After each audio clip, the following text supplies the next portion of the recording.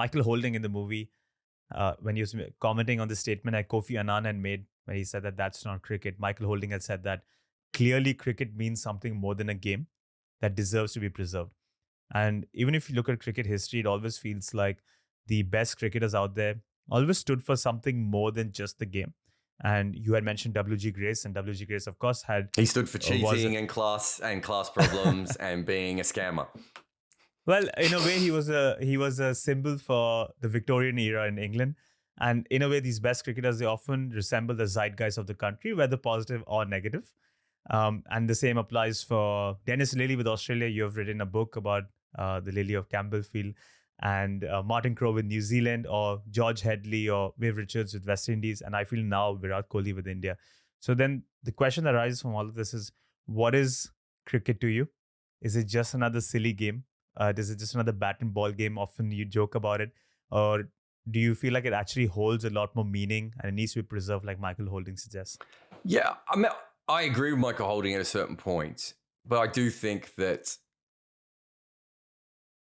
basketball and football, and maybe, there's probably a few other great team sports out there that also have an incredible role to play. Basketball is an incredible sport in the teamwork and cooperation that you need to have. Football is an incredible sport in that you can't really have a weak link type of player, and what they do for individual communities and what they do for nations. So I don't think cricket's unique. It's probably a very different sport because it's so much older. I mean, you talk about W.G. Grace. He's basically the first ever global sporting superstar. In his era, he was famous. It's not like some other, there had been famous athletes before him, but a lot of them were famous years later. But he was the first one that then and there traveled the whole world playing cricket in a time when traveling the world was not easy at all. Was famous in America and was famous in South America and Africa and Australia and Asia. So I do think cricket is different, but realistically, at a certain level, I'm not.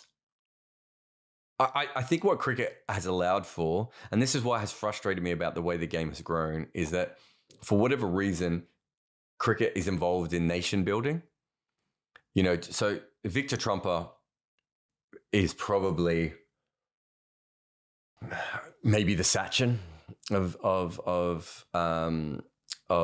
India, in that Australia had some good cricketers before him. They'd won the Ashes. They'd had the demon Fred Spofford. Victor Trumper, W.G. Grace said, "You're the person taking over my legacy." Right? It wasn't just even you're the best cricketer in the world. Cricket is in your hands, Victor. And it turns out that he wasn't even the best batter of his generation. It was probably Jack Hobbs. But to Australians, that at that same period, Australia was literally becoming Australia. Right? It was federated in 1901, and I think I can't remember the exact year that Grace had that conversation with Trumper, but it was 1900 or 1899. Do you know what I mean? It was like that era. Australia's becoming a country, and in the sport that we have chosen to be our national sport at that time, we have someone quite special. And if you go forward to the next big boom that Australia has, sort of is W.G. Grace, is Don Bradman. And then in Don Bradman, what do you have? If Victor Trumper wasn't quite the best player in the world, he might have been one of the most respected. Don Bradman's the best player that had ever played the game then, and might still be, right? So now Australia has this incredible figure that is completely sort of transferring how they feel about themselves, who happens to come from the Depression. Then you go forward to probably Dennis Lillee's the next major one. What's Dennis Lillee? Well, Trumper had this sort of Australian/English style about him. Don Bradman was almost English in some ways, in some of the ways that he talked and everything. Dennis Lillee is never going to get confused for an English person. He's Australian. He looked like the Australian men in rock bands, had the big hair. He's now representing Australia. So you look at those three cricketers, different generations, years, decades between them, completely different kinds of people. Through cricket, they allowed the country to feel different about itself, right? You then go to the West Indies and you have Leary Constantine and George Headley and then Frank Worrell. Go forward to Viv Richards, even perhaps Chris Gale. You have these people who represent that, in this case, not a country, but that region and what it means to be West Indian, right? Cricket has allowed that because it's been such a national sport. It's not that football doesn't have this. It's not that Lionel Messi is an incredible figure in Argentina, but they don't get to see him week after week playing for them. He doesn't don the badge very often, right? And a lot of them are friendly games. Cricket, because of that national ability, you look at New Zealand, there's the great story about, Bob Blair and Bert Sutcliffe, one of which clearly had concussion and shouldn't have been on the field, and Bob Blair, whose fiance had died the day before. And they bat together in a 10th wicket partnership when New Zealand are over 100 runs behind, and it doesn't matter. They're not going to beat South Africa, right?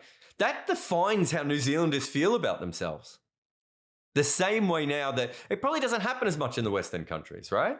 But it does happen in India. Virat Kohli defines the way that Indians feel about themselves, in the way that Sachin did, in the way that Gavaskar did, right? In the way that the spinners, the spinning quartet did back in the day. And the same with Sri Lanka. Sri Lanka wants to be Mahela. Sri Lanka wants to be Kumar Sangakkara, right? Sri Lanka wants to be the Arjuna Ranatunga of the Asian area. Pakistan. One half of Pakistan wants to be Misbah and the other half of Pakistan wants to be Shahid Afridi. It builds something within nations that we're probably going to lose one day as we go towards league cricket. I don't think there's any doubt about that. But even if we lose it and cricket becomes a different sport, we could tell the history of nations through cricketers and through cricketing eras and through how much they struggled and how much they weren't taken seriously by other countries and all these things.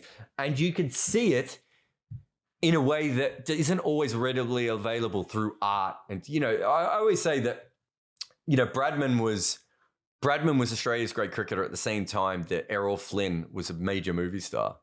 Australians kind of heard Errol Flynn talk with an English accent and play Robin Hood. He's not playing Ned Kelly, right? He's not playing Australian things. And Don Bradman is going out and scoring almost double what Walter Hammond can score. Hammond could score while playing against him, while wearing the badge, while wearing the hat, right? There's something about that cricket has always had. And then there is a lot of sports are just easily accessible, right? So sports are made to be, basketball is made to be easily accessible and football is made to be easily accessible. Cricket makes you work for it, right? Which is part of the problem, which is why not as many nations play it, although a lot of that has to do with the governance of the sport. Cricket makes you invest in it, right?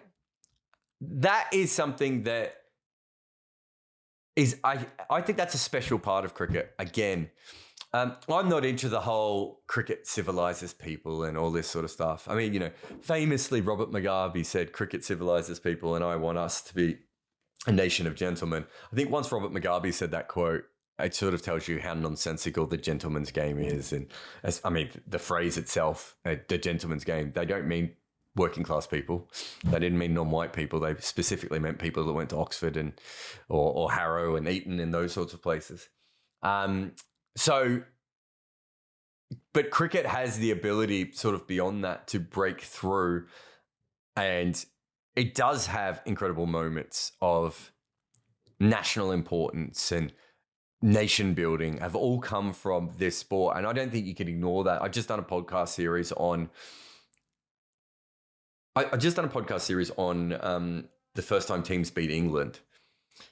We're talking about a sport that is an empire sport, a Commonwealth sport.